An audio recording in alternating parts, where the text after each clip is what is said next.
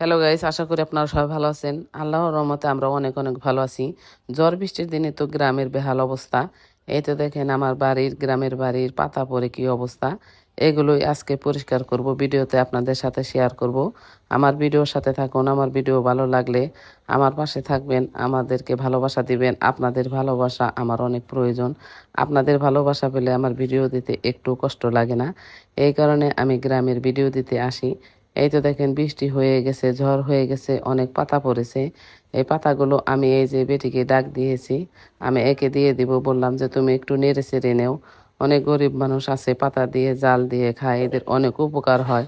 মানুষের একটু উপকার করতে পারলে আল্লাহ তার ভালো করে। দেখেন আমাদের দেখা দেখি এই তো রাস্তার পাশে এই ফার্ম করতেছে, দেখেন আমাদের বাড়ির থেকে বেরিয়ে রাস্তা। আর এরকম গ্রামের দৃশ্য কার কার ভালো লাগে অবশ্যই কমেন্টস করে জানাবেন।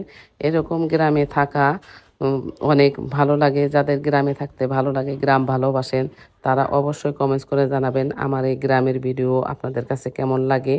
ভালো কাজ দেখে যারা ভালো করে তাদের জন্য অনেক ভালোবাসা রইল, আপনাদের জন্য অনেক ভালোবাসা। আল্লাহ